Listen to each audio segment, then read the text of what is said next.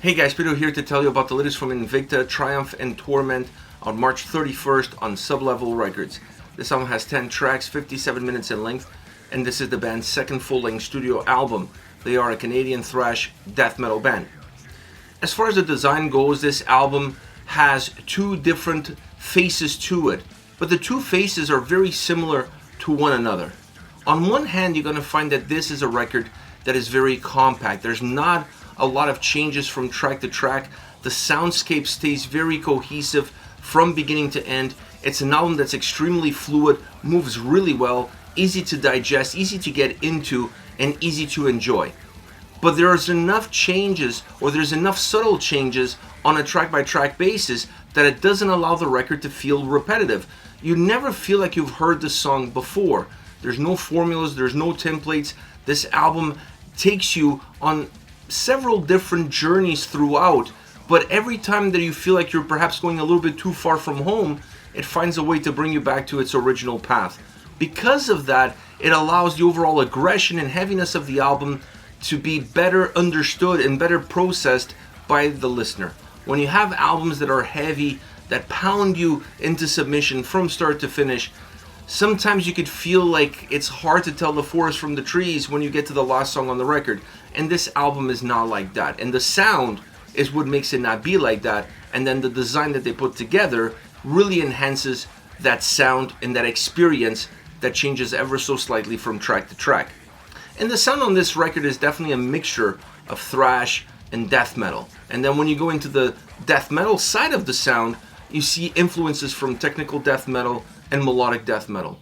This allows them to be a little bit more creative. It allows them to have more avenues. It allows them to mix more things into the overall experience of these songs in order for them to be richer, in order for them to offer more to the listener than just a quick bang. This record definitely has a little bit more under the hood. It is a pedal to the metal, is a full throttle style album from beginning to end.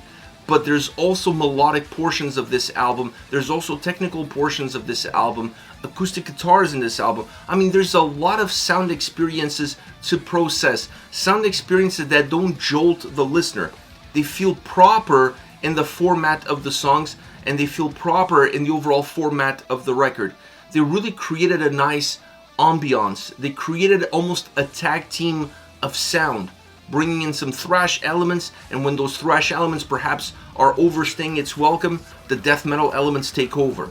And then within the death metal elements, you see them tagging in between, like I said, the technical side and the more melodic side. This really makes for a great sounding record all around.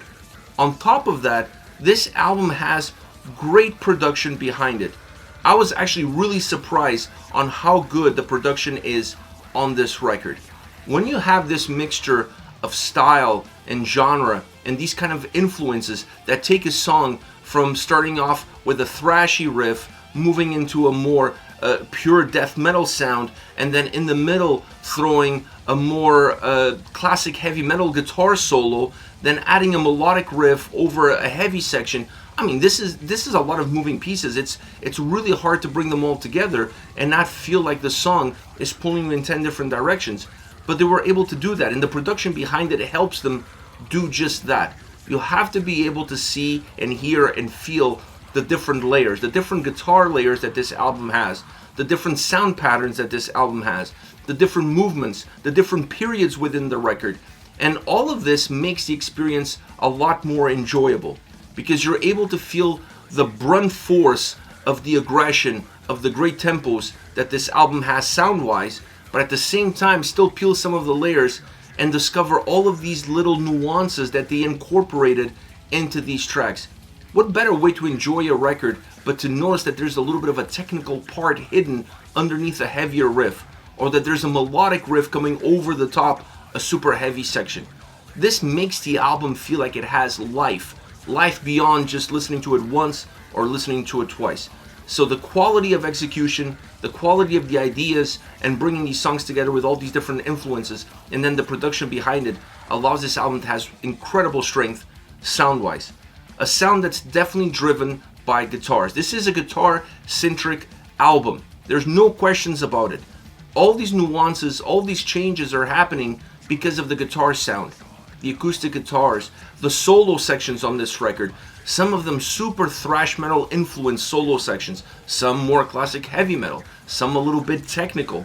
I mean, you could see certain songs pulling in influences from bands like Thulkundra, Amon Amarth, and others. So it's an album that has incredible guitar sound, incredible guitar presence, and it doesn't hide it. It's not afraid of putting all its chips on the guitars and allowing the guitars to carry the weight, not of the world, but the weight of this record on its back. And it delivers every single song. Now, I have to talk about the drums because this band has one of my favorite drummers. I honestly feel like this guy is incredibly overrated and one of my favorite Canadian drummers because he has an incredible style, he has an incredible power, and he fits the style and sound of this band perfectly. When the tracks need to be heavy, brutal, piled with aggression, pure death metal sound, he's there delivering it. When the songs go into a more melodic sound, more technical sound, or even a little bit more of a thrashy experience, he's there to deliver it. He knows the momentums. He knows what he needs to do. Not a one-size-fits-all approach from start to finish, and he goes where the tracks are taking him. And because of that, he adds also incredible value to the overall sound experience. A lot of the brutality, a lot of the heaviness, the heavier side of this record is perhaps better defined by the drum sound than the guitars. The guitars define perhaps a little bit better the more melodic side and the more technical side. Now, vocally, this record has exactly the delivery that you need. A delivery that's really interesting because if you look at the vocal approach on this album, those vocals would fit in, your average or above average thrash metal album. It has that kind of delivery, that kind of raspiness to it. But if you're putting together a death metal band, you can also use this vocal style perfectly inserted in it and it'll be able to deliver. So he's a little bit kind of pregnant as far as the vocal delivery is concerned. Not in a bad way. It's just that he has a style that matches the thrash side of the band and it matches the death metal side of the band. And that's really interesting because once again, if you don't have that, it doesn't matter how good the sound is, then the vocals will feel completely out of place. There's not a single song on this record where the vocals don't match the exact experience of the sound. I also enjoyed some of the backing vocals, some of the layers, the texture that they added in some of the choruses and even some of the verses, just to create some flair, to create some depth, some substance in the overall vocal performance, so it doesn't feel like every track is giving you exactly the same thing. As subtle and diverse as they try to be with the sound, they try to be a little bit less, but still adding some as far as the vocal performance is concerned. All around, this is a really well done record. Surprising to me because they don't have the budget, they don't have the money, they don't have the power, the label behind them to really put together an album of this quality, but they delivered somehow. It goes to show you that if you know what you're doing, if you are a quality musician and you surround yourself with other quality musicians and you find somebody to put the mixing and mastering of the record that understands your vision, what you want out of the sound, and the best way to deliver it to the listeners, you can make a great record and you don't need to break the bank. This album is proof of that. As far as favorite songs are concerned, I want to start off with The New Throne. This is the opening track on the album. The melodic intro, that riff is absolutely contagious. And it comes in waves because it peaks in, it peaks out, peaks in, peaks out throughout the entire track. But it becomes a little bit of the signature sound of the song itself. It also has a little bit of a folky nuance to it. It almost feels like something you would expect from a band like Winter Sun or perhaps even more in Seferim. I like that style, I like that approach, and I definitely like that sound. Now it's a song that's heavy, aggressive, vocally very consistent in its heaviness, a track that navigates the brutal side of the band with a more melodic side of the band. And the drums are absolutely thunderous.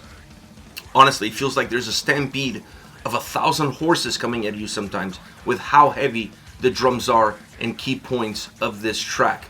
Now the chorus is incredible. The chorus in this song really sells you the song. It's very hooky, very catchy. Vocally, using some backing vocals helps make that chorus even bigger, even catchier, even hookier. And then it has a great solo section with the bass popping underneath the guitar solos, creating this really interesting sound experience that allows this song to feel complete across all of its parameters.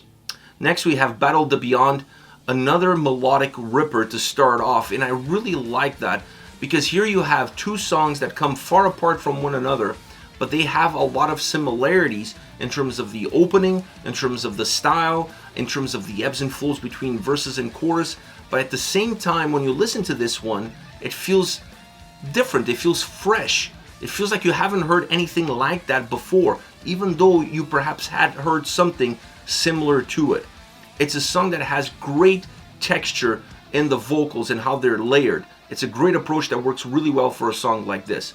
It's a song that also takes no prisoners. It's pedal to the metal, and it moves fast and faster, heavy and heavier. There's still a touch of melody, there's still a touch of melodic elements that dilute a little bit of that heaviness, but it never happens for a long period of time, so the heaviness just creeps back in again and the track just keeps on rolling. Because of that, you feel like this song overall is heavy. It's aggressive. You almost forget the melodic portions of it. The New Throne was different. You felt the divide was better executed. So two songs that have similar approaches but give you completely different experiences, at least thoughts of what the experience was when you reach the end of each of these two songs. Last but not least, Parasitic Reign. I love the start. The start, it lets you into the track, and the next thing you know, you're in it, and then there's a guitar solo, very old school style, a song that is very compact from beginning to end. Forget about what I mentioned about the two songs before. This track does not have ebbs and flows. There's no peaks and valleys. It's just a compact, cohesive song from start to finish that has an old school flavor from the start. Once that solo hits, you're like, okay, this is an old school death metal song. That's what I'm going to get into, and this is going to be a Take No Prisoner style track, but a track that also doesn't let me feel like there's room to breathe. So I better catch my breath at the beginning once that solo hits, because from that point on, it's really going to be a pounding track. It's really going to be an absolute banger, old school style, high tempo, mixing speed and heaviness, never diluting one over the other. It's not like when it gets faster, it loses its heaviness, or when it gets heavy, it becomes slower. No, it mixes the two perfectly well from beginning to end. It's a consistently brutal song, a song that has great elements of technicality guitar-wise, still introduces some melodies, but once again, the technicality, the technical death metal elements and the melodic death metal elements that this song offers are so few and far in between that the overall brutality of the drums, guitars, and vocals together as one, very compact and connected, really don't allow you to see, you're not able to define them, or at least leaving you with a lasting memory. So when you get to the end of the song, you just feel like you got a pounding, but now you're able to breathe and catch your breath before you move on to the next track. So I love how concise this song is, how direct this song is, and how much to the point it is, with still those subtle changes here and there, so that the song doesn't feel overbearing. Great track, great song, great movement, great heaviness. This is it, Invicta with Triumph and Torment, out March 31st on Sublevel Records. Let me know your thoughts on this incredible Canadian band, upcoming Canadian band. Hit me up in the comment section. I'll see you all at the next video.